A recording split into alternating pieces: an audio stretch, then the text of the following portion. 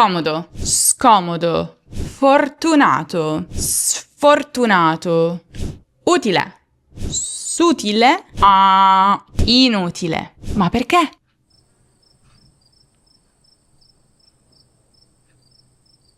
Già, miei cari lernamici, in questo video parleremo di una cosa molto utile e divertente: come creare i contrari delle parole in italiano utilizzando i prefissi s, in e molti altri. In questo video imparerai come formare il contrario di molte parole in italiano. Vedremo insieme quali sono i prefissi più comuni per farlo, vedremo degli esempi e alla fine ci sarà anche un esercizio per mettervi alla prova.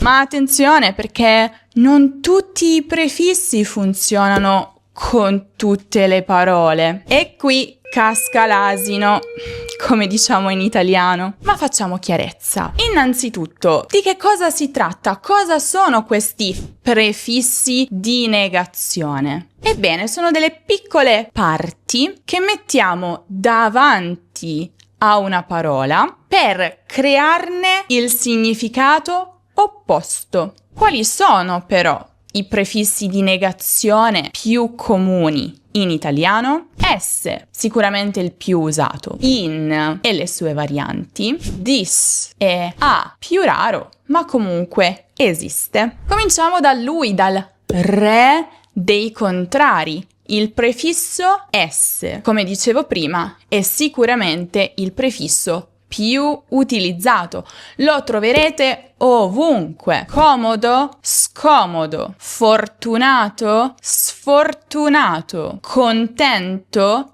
scontento, leale, sleale, vantaggioso, svantaggioso. Molto molto semplice, no? Quando diciamo l'opposto con S, stiamo dicendo che in qualche modo quella cosa è stata tolta. In che senso? Se dico sfortunato, significa che a quella persona è stata tolta la fortuna. Se dico scomodo, significa che a quella cosa, a quella persona è stata tolta la comodità.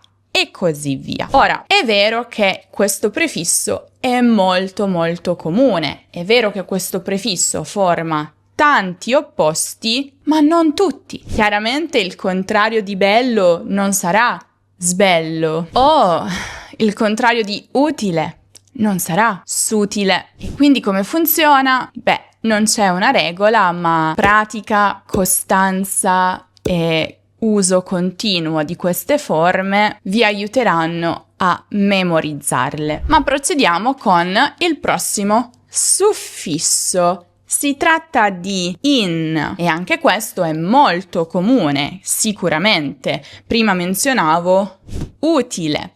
Il suo contrario è inutile, adatto, inadatto, capace, incapace, fedele, infedele. Però mi piace parlare di questo prefisso in come di un camaleonte che cambia un po' e si adatta in base alla lettera che segue. Perché? Perché finora abbiamo visto come rimane uguale. Utile, inutile, fedele, infedele. Ma ci sono dei casi in cui in cambia un po'. E cioè, se subito dopo ci sono le lettere P, B o M, allora il prefisso in cambierà e diventerà im, con la M di Milano. Degli esempi? Possibile, impossibile, probabile, improbabile, maturo, immaturo. Ma perché? Direste voi? Tutto dipende dalla pronuncia. Quindi questo cambio è dovuto alla pronuncia.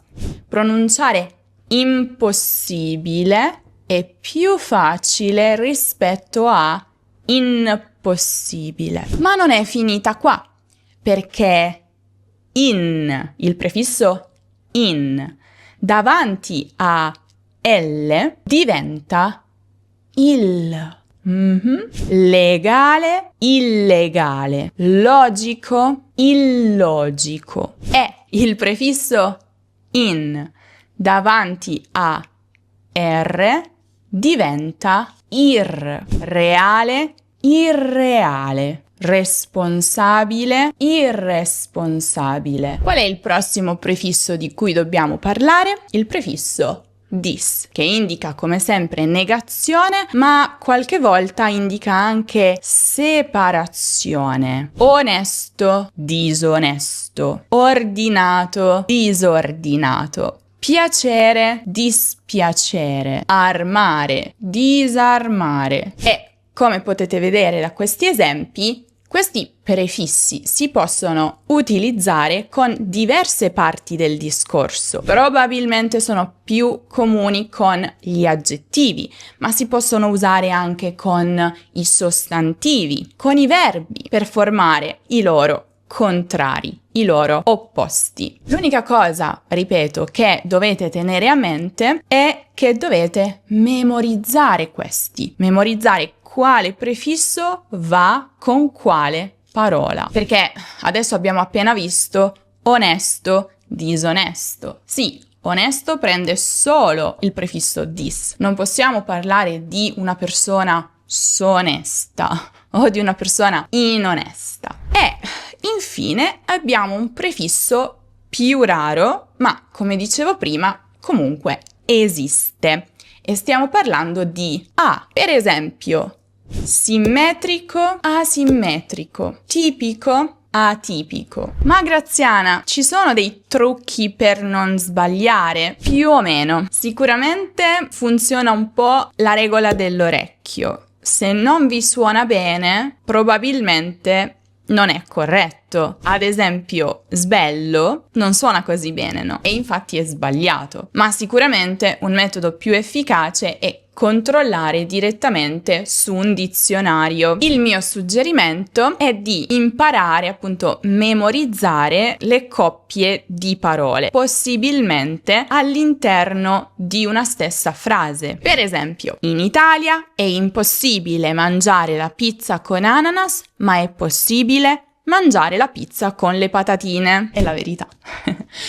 Quindi il mio consiglio sempre è di inserire le coppie di parole in una stessa frase che abbia senso per voi. In questo modo sarà più facile ricordarle, perché purtroppo memorizzare e ricordare liste di parole non è un metodo così efficace. È sempre meglio impararle nel contesto. E comunque, miei cari learnamici, non vi preoccupate, l'italiano è un puzzle, non abbiate paura di sbagliare, non è facile, molto spesso gli stessi italiani commettono degli errori, quindi state tranquilli, il segreto è fare tanta pratica e soprattutto essere costanti.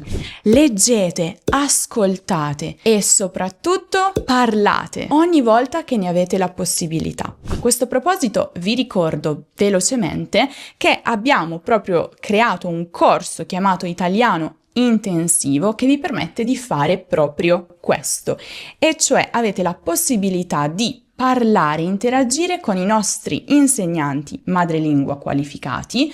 Si tratta di lezioni individuali online che potete svolgere quando volete, giorno e ora lo decidete voi. E cosa succede? Durante queste lezioni potete fare quello che volete, grammatica, conversazione, ma il punto è che avete qualcuno con cui parlare, una persona reale che vi risponde, vi fa delle domande reali e vi dà delle risposte anche. Ovviamente vi darà anche un materiale didattico personalizzato, i compiti a casa, e così avete la possibilità di fare pratica reale con il vostro italiano. Perché, come io dico sempre, l'italiano è una lingua. Potete leggere, potete ascoltare, va fatto, ma una lingua va anche e soprattutto parlata. Detto questo, vi lascio un esercizio. Qual è il contrario di queste parole: occupato,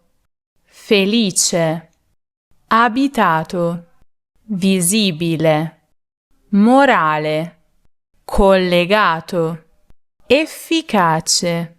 Io vi ricordo invece che se volete fare pratica con la vostra pronuncia in italiano e perfezionare quei suoni che so benissimo essere molto difficili per tanti stranieri che stanno imparando l'italiano, vi consiglio di guardare il video dedicato proprio a quell'argomento, in cui vi spiego appunto i segreti dietro pronunce complesse come sh, gn, gli, r. Ne vale la pena e lo trovate come sempre qui in alto nella card o giù in descrizione. Vi ricordo poi di passare dal nostro sito web learnamo.com per trovare la trascrizione scritta di tutti i video che pubblico su YouTube e di seguire Learnamo anche su tutti i social per tutti i materiali esclusivi e i contenuti esclusivi che pubblichiamo solo lì. Non dimenticate poi di iscrivervi alla nostra newsletter e al nostro canale Telegram, al nostro canale Instagram, al nostro WhatsApp